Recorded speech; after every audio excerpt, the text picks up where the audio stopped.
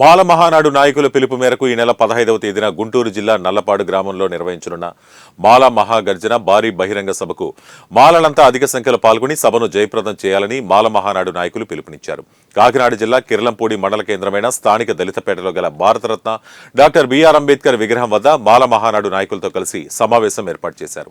కేంద్ర రాష్ట్ర ప్రభుత్వాలు ఎస్సీ రిజర్వేషన్ వర్గీకరణ దిశగా పనిచేస్తున్నారని, దానిని తిప్పికొట్టేందుకు ప్రతి మాల సోదరుడు ఐకమత్యంతో మాల మహాగర్జనకు తరలివెళ్లి మాలల సత్తాను చాటాలన్నారు.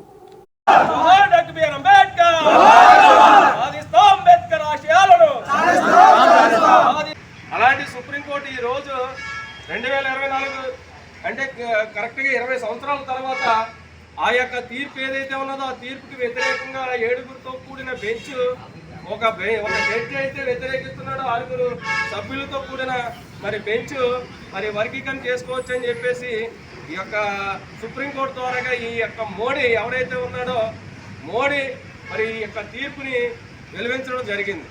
మిత్రులారా, ఇందులో ఈ యొక్క వర్గీకరణ అంశంలో చాలా కుట్ర అయితే దాగి ఉంది.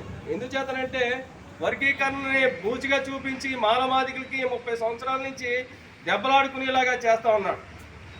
అదే మోడీ ఈరోజు దేశంలో ప్రభుత్వం ఆయన ప్రభుత్వమే ఉన్నది.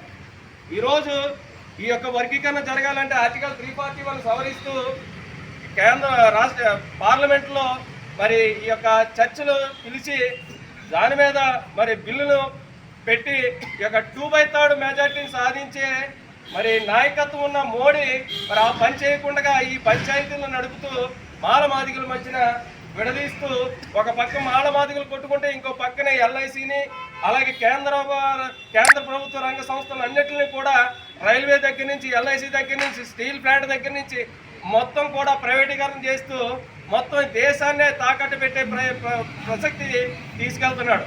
కానీ మన మాలమాదిగులు ఎంతసేపు కూడా ఉద్యోగాల మీద ఆధారపడి బ్రతుకుతున్నారు తప్పించి ఈ యొక్క వర్గీకరణ అంశం ఇది కరెక్టా కాదని చెప్పి ఎవడు కూడా గ్రహించలేని